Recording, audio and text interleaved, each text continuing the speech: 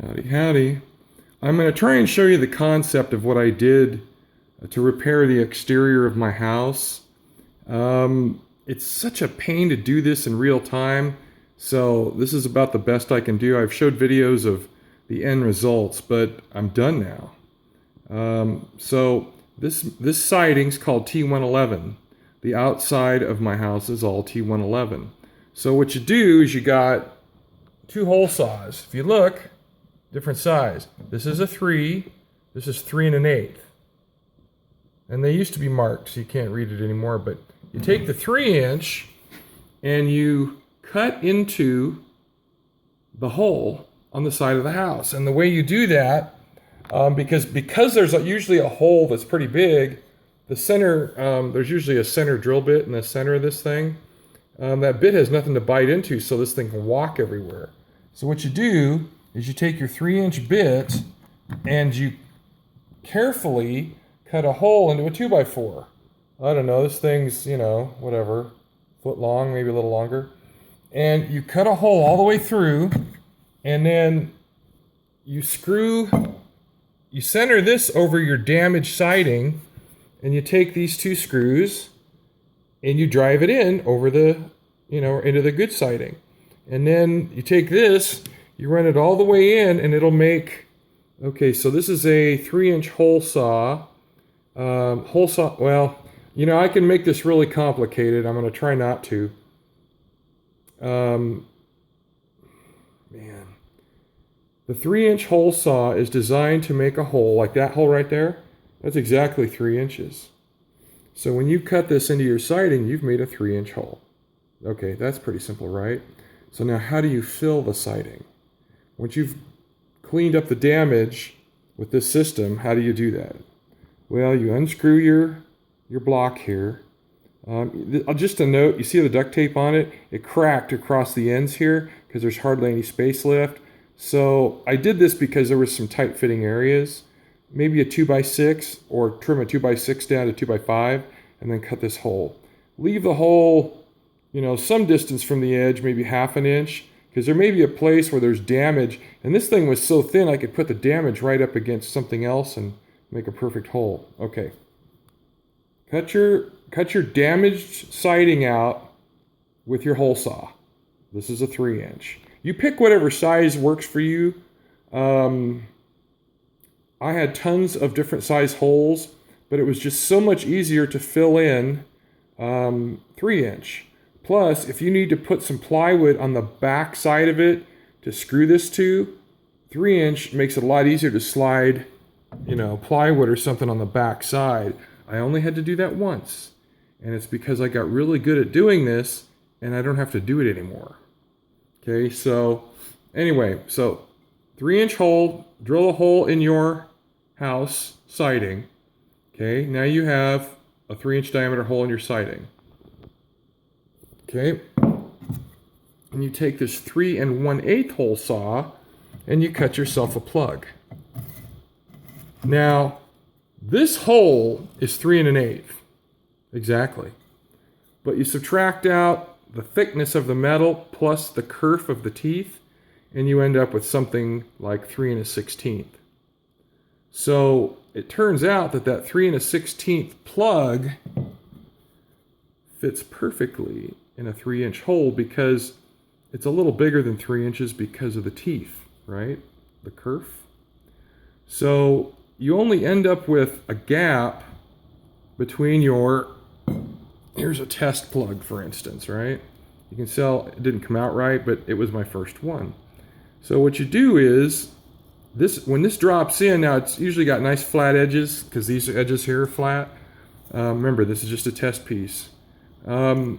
It'll drop in, and the gap around the edges is only, it's like 30 thousandths of an inch, so a 32nd of an inch. How's that? Leaves you a nice gap. So you can take your choice of filler and fill around the edge and sand it, and that works out really good. Now, I said the first one got screwed in place by taking plywood and putting it behind the hole in the house and screwing it to that hole. Well, here's what happens. My house might not be the same as yours, but it was built with siding, and behind the siding was an insulation board that had aluminum foil on it. So you have two layers, 2.5-inch layers. So when you cut your first hole into the siding, you don't go all the way through the insulation board in the back. So what ends up happening is you can take a no-shrink exterior caulking, and there'll be something to keep your plug from falling in, and that's that back siding. So you put a whole bunch of goop on there, drop this in place, carefully tape it, and you can either come back, whatever, 4 or 5 hours later or the next morning like I always did, and it's glued in place, so you don't have to screw stuff together. It's really terrific. So anyway, I hope that makes sense. It's not nearly as good as shooting in action doing it. The previous videos will kind of give you a better idea, so go watch them if you haven't seen them, but this is the end result. There's enough room here for maybe 1, 2 more if I needed them. Sometimes on the T111 you'll need your plug to have a piece of the groove in it. Now it turns out that this groove isn't as wide as the stuff I have, but it's okay. I mean, it's not perfect, but it sure came out good. So sometimes you have to measure like from the center of the groove to the center of the hole and cut this plug onto the groove. See, I had to do it twice. One of them came out really, really nice. The other one didn't come out that great. But once you've filled it and sanded it and put a quick coat of paint on it, it's really hard to see it. It came out that good. Because these plugs have all of the texturing on the surface texturing on them, and that hides most of the repair. You get a circle with some filler in it that's flat, but this is a solid mechanical repair. It'll hold up really well. So anyway, here's basically the tools you need. The hole saws, yeah, they're a little expensive, but what are you going to do? Replace a whole 4x sheet of siding because it has a hole in it? Some of you guys have those kind of skills. That's fine. I do not, and I didn't have the time and the money. So I went ahead and did it this way. And it worked out. I'm really happy. Now, another detail. This is plywood. Or no, this is OSB T111. My house is Masonite T111. So there was a difference in thickness, which I can show you here. At least I think I can. Yeah, I can. Okay, so here is a piece of siding that came out, and there's a bird-pecked hole in that sucker. Now,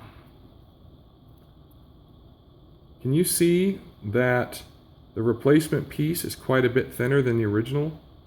Man, I was worried about that. And let me tell you why it actually works better this way. Because when you take your replacement plug and you want to put it in, you put a whole bunch of glue in the hole, and that glue is what you use to fill the gap with. Now that difference, that was a solid 1/16 of an inch difference between these two. Even more than that. I think it was about 1/16 or maybe 40 thousandths. Anyway, so the caulking holds this spaced out and makes it flush with the surface. So it makes your repair really, really nice. So having a difference in thickness was actually very helpful, because if they were the same thickness, every one of these plugs would be sticking out from the hole, and then it just would look like crap. All my plugs are dead flush, and I mean dead flush. You just put a straight edge against them, or since I tape them down, I use the roll of tape, because the sides of it were real flat, and just lay it on the siding out here and just have it come by and kiss this, and it just flattens it all out. It was such a great system. Now, you do have a hole to fill, because that's the center bit that usually comes with these hole saws, but it's a piece of cake to fill. It's nothing to fill. Now, once in a while, it happened let's see, like 4 times out of 12, you'll end up like this. Most of your damage will get replaced by a nice new plug, but there'll be some left that won't. But you know what? Get yourself a putty knife and fill it. That's it. You just fill it, sand it to match the same height.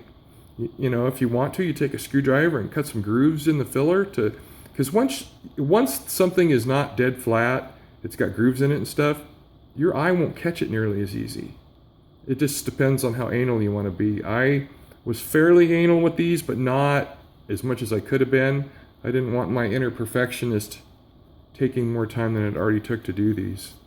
So anyway, you can use different size hole saws. You can buy a hole saw kit that's got, 5 of those and stuff like that. But remember, for every hole you want to cut, you have to have 2 hole saws. 1 plus 1 that's an 1/8 inch bigger for every hole size. So instead of, I got a kit and it had like 4 or 5 hole saws, but I wasn't going to buy 9 of them, or 10 of them. I bought the 2 that worked on the first hole, the test one, and then I found out if I needed to put, wood behind there to brace it up, 3 inches is a lot easier to work with. A lot easier. I had some 1-inch holes, like that one, but it's just too much of a pain. Plus, see, the hole's kind of small, but look at all the damage on the outside of the hole. So this 3-inch plug notion worked out really well. I'm real tickled with it, and just use a good caulking that doesn't shrink back too much. I used one called MK. You can get it at a lot of box stores. It says it doesn't shrink, but it shrinks. So sometimes you got to double coat, but it came out nice. So once you've glued your plug in with some exterior caulking, or I used interior exterior 230 DAP. Once you glue it in place, then you add the filler around it. This thing is literally glued in. It's glued in from the back and it's glued in from the edges. It's in. It's really in. And I was real happy about that. It was a real sturdy repair. And it looks good. So anyway, I got this piece here free. I went to the lumberyard and said, "Hey man, you got a piece of that?" "Yeah, I take that piece over there." Boom. Oh man. So yeah, you spend money on tools, but those hole saws are still in great shape. They'll cut a whole bunch of these big holes. The only thing you got to be careful of is when you're drilling these, is the hole saw. See, the drill bit's longer, so it'll go in first and it'll be nice and easy. But as soon as the hole saw hits the surface is kind of hard. It's harder than the OSB. So it'll jump all over hell, your hole saw will. It's kind of a pain. So hold on to your drill or your cordless driver like I was using. Hold on to it with 2 hands. And when your hole saw comes down and makes contact with this, be very gentle. After it goes down about maybe an 1/8 or a 1/16, it just comes a lot easier and it'll go all the way through. You have to clean up the back edges a little bit from splinters, but man, this just worked out so good. So I just sanded the last one today. When I paint it tonight, I'll shoot a video tomorrow of all the finished ones, and they're a lot harder to see. It really is great. You'll see a couple of flubs I have, but they're in the back of the house. So there's the other piece of advice. Start in the back of the house. Anyway, you kind of make your own tools except for the hole saw on this one. And I really like it. This 2x4 made every single test hole, and these on the outside of the house. It just such a great system, and you just use a couple of long screws. I don't know how long those are. I can figure it out. Double the thickness, so those are probably 3-inch screws. This is a 2x4. Anyway, that's my video of how to do this. I hope you enjoy it. It's a great way to repair your siding if you get damage and you don't want to replace the whole damn sheet. That's it. See you, bye.